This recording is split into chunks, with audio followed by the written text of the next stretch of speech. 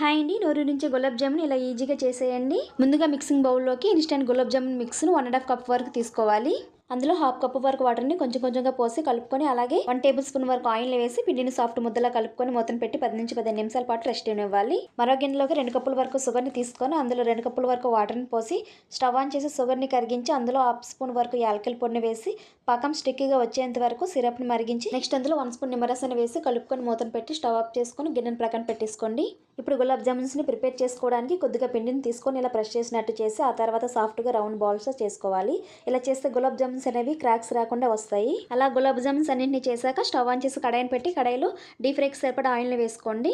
Oil కొంచెం heat అయ్యాక గులాబ్ జామున్ ఒక్కొక్కటిగా వేసి మంటను లో టు మీడియం ఫ్లేమ్లో పెట్టి గులాబ్ జామున్ను గోల్డెన్ బ్రౌన్ కలర్ వచ్చేంత వరకు ఫ్రై చేసి వీటిని ఒక ప్లేట్లో తీసుకొని మనం ముందుగానే ప్రిపేర్ చేసుకున్న షుగర్ సిరప్ అనేది గోరువెచ్చగా ఉండేటట్టు చూసుకొని ఈ జామున్స్ అందులో వేసి 1 అవర్ పాటు నానబెట్టుకొని సర్వ్ చేసుకుంటే టేస్టీ గులాబ్ జామున్స్ రెడీ.